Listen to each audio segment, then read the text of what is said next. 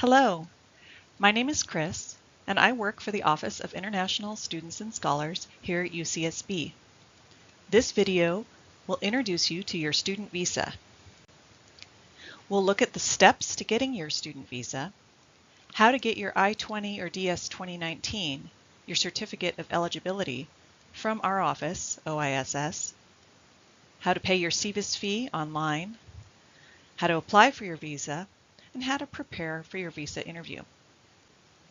Please keep in mind that this process can take a long time, and there's only some of the steps that we do here at UCSB.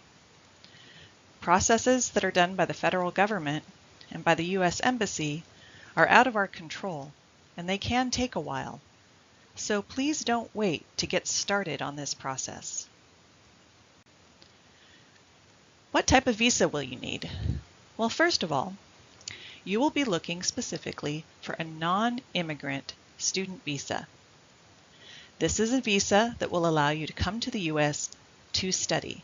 It's different than a visa you would get if you were planning to move here permanently.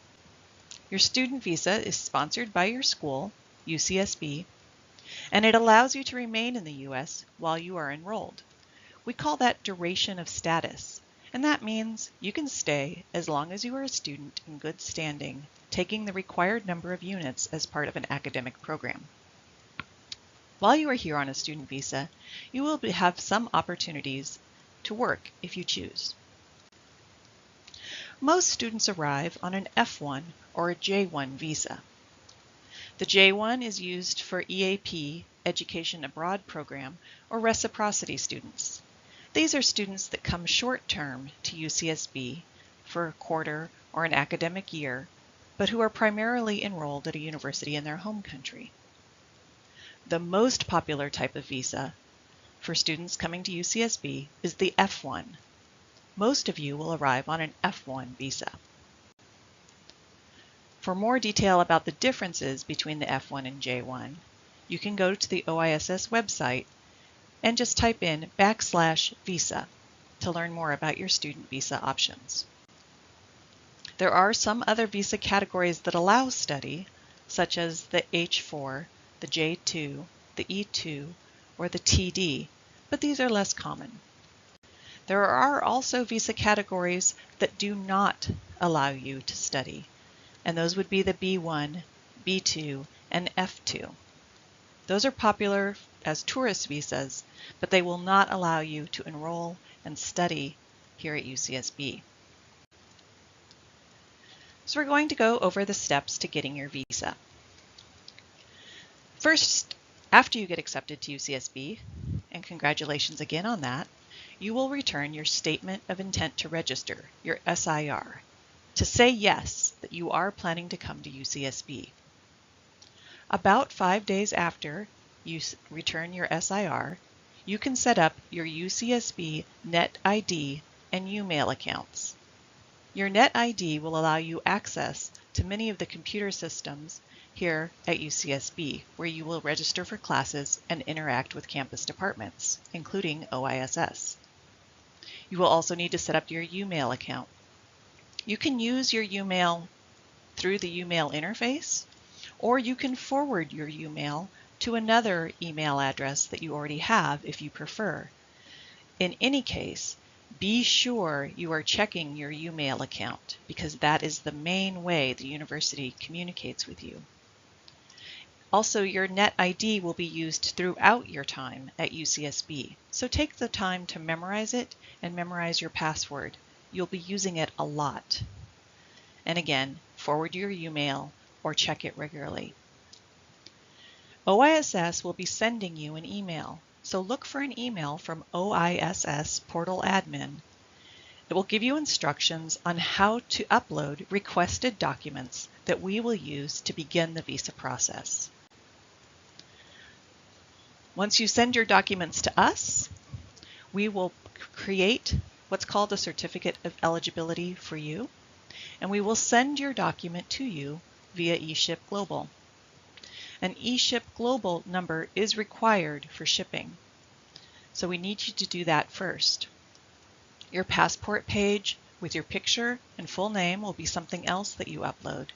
The number must be legible on the uploaded image. We will also need you to upload the confidential financial statement, which is available on the OISS website, and any supporting documents, such as recent bank statements. So we will need your eShip Global number, an image of your passport, and proof of financial support. After we get all that information from you, after 4 to 6 weeks, you will receive your document from OISS via eShip Global. Once you receive your I-20 or DS 2019, depending on the type of visa you're going to apply for, you will need to pay your SEVIS fee. The SEVIS number will be on the document you receive from OISS. So once you get your I-20 or DS 2019, it will have the number on there, and you can use that to go onto the SEVIS site and pay your SEVIS fee. You will then be able to go online and complete your online visa application and pay your visa fee. Then as soon as possible, you will want to contact your local embassy to schedule your visa interview. Don't wait. It can take a long time to get the appointment. The interview itself is usually very quick, but don't wait to make your appointment. And if all goes well, after that, you receive your visa and you're done with that part of the process. Hooray, you did it! So a little bit more about the certificate of eligibility. This is your I-20 or DS 2019. You will need to upload your documents using the OISS International Student Portal. You'll get instructions on how to use the portal in the email that comes to your UMail address. If you don't receive an email from OISS, please contact our office. There's more instructions on the OISS website about how to use portal and what documents are required. Once you've uploaded all your documents, it takes OISS 4 to 6 weeks to create a document. We create many documents for many incoming students. We will create it and email and mail it to you using eShip Global. SEVIS is something you will deal with a lot as an international student. SEVIS is the Student and Exchange Visitor Information System, and it's the way we keep track of people that are in the U.S. as students and visitors. This website is maintained by U.S. Immigration and Customs Enforcement.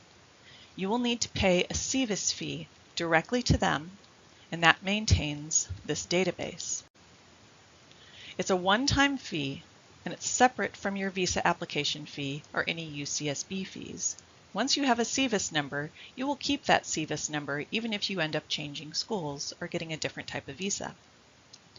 You can pay your SEVIS fee once you have your document from OISS.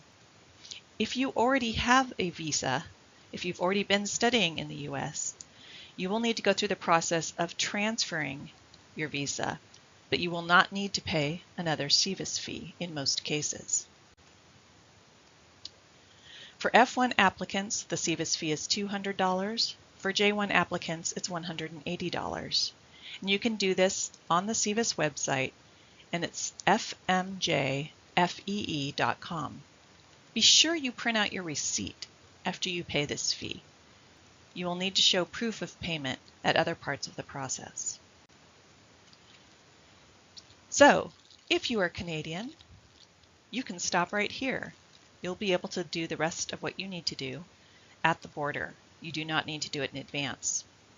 However, for people from most other countries, you'll want to find out where is the closest U.S. embassy for you. Some of the processes vary from embassy to embassy, so we can't give you too much guidance about what will be required at your specific embassy. You'll want to find out by figuring out which embassy is closest to you and visiting their website. Once you've found your closest embassy, you can begin working on your online non-immigrant visa application, your DS 160. This is a very general form, so we should warn you that some of the questions will seem strange for students, but it's because it's a very general form, so just do the best you can. We will give you a few tips. As you can see, one of the first things before you can even get started is to indicate which is your closest embassy, because that will determine which questions you are asked as part of this process. So choose your embassy location first. Again, the form will vary depending on which embassy you will be visiting. So OISS does not have all the information about all the embassies, but the FAQs right up here, the frequently asked questions, is very thorough and very helpful, and they can provide you with a lot of information. You will need at least a photo, and be sure your photo meets all the guidelines. They have information on the website about what type of photo is needed. And you will need to pay a $160 visa application fee. Once you pay that fee, be sure you print out your receipt so that you can show proof of payment. Your visa interview is the next step. Don't wait. You can schedule your interview as soon as you receive your document from OISS and you know what your embassy is. You can get the information about how to set up the appointment on the embassy website, but sometimes it takes a long time to get the appointment, even though most appointments are very quick. Check your local embassy for which specific documents they will require, but you will need at least your passport, your certificate of eligibility, that's the I-20 or DS 2019 that you will receive from OISS, a copy of your acceptance letter to UCSB, and you can get that by visiting the UCSB admissions website, and you can download an acceptance letter there. You will need to provide proof of your financial support, similar to the documents you provided to OISS with the confidential financial statement. You will need to show your SEVIS fee receipt, proof that you paid your SEVIS fee, and you will also need your online visa confirmation page, which shows you paid your visa fee and you completed that online application. So when you get to the embassy for your interview, be prepared that you may be asked to go through security. You'll need to wait for your number to be called, and then most interviews are very short, sometimes just 2 to 4 minutes long. But there are some key questions that they will ask you. They will want to know your area of study. If you're undeclared, that's okay, but you want to stress that you are a student, that you are coming to UCSB to study, and you can talk about areas of interest to you. You'll also want to show that you have non-immigrant intent. This means that you are coming to the U.S.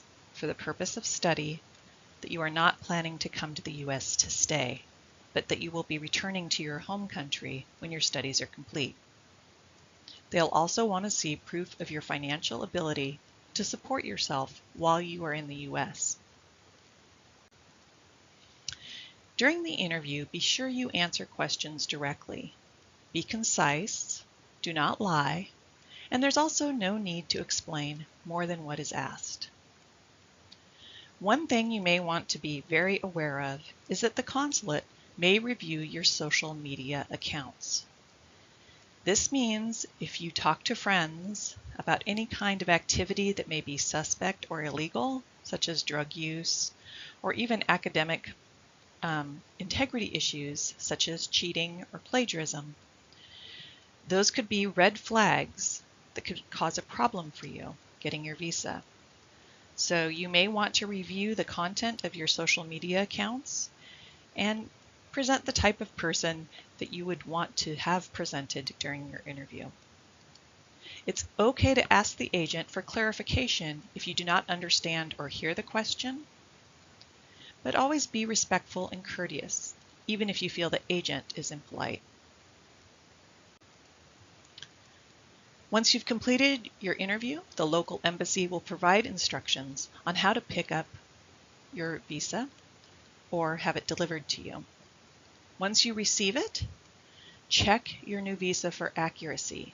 Be sure you have been given the right type of visa, in most cases an F1 or J1 visa, and make sure the dates make sense. They're not in the past or confused in any way. Look it over and make sure it all looks right. Occasionally, not very often, but sometimes, a student will experience security checks or more intense administrative processing. For administrative processing, you will be notified that there will be a delay in your visa. The processing may take a few weeks. It may even take as long as 6 months. Please let OISS know if you are notified that your application is being held for administrative processing, especially if you are concerned that the delay may mean you are late to arrive for the academic term. There's more information about administrative processing on the Department of State website. If your visa is denied, don't panic. You can ask for the reason for the denial in writing. The consulate is required to provide the reason that they denied your visa. Make detailed notes about the interview, including the officer's name, the questions that you were asked, and how you answered. And then email OISS right away when you hear about the denial. You may be able to apply again, and we can help you. If you have any other questions, you can always contact our office by email. We have a special email set up just for incoming students, newintl@sa.ucsb.edu. You can visit our website. Most important, you want to be sure to read any correspondence from our office. Check your UMail account for updates from OISS. We invite you to participate in our pre-arrival webinars that you will hear about through email. And if you're able to, follow OISS on social media, Facebook, Instagram, or Twitter, where we send important information and updates, as well as just fun things from our office. It's a valuable way to connect with the department and keep in touch. We look forward to welcoming you to UCSB. Thank you for watching.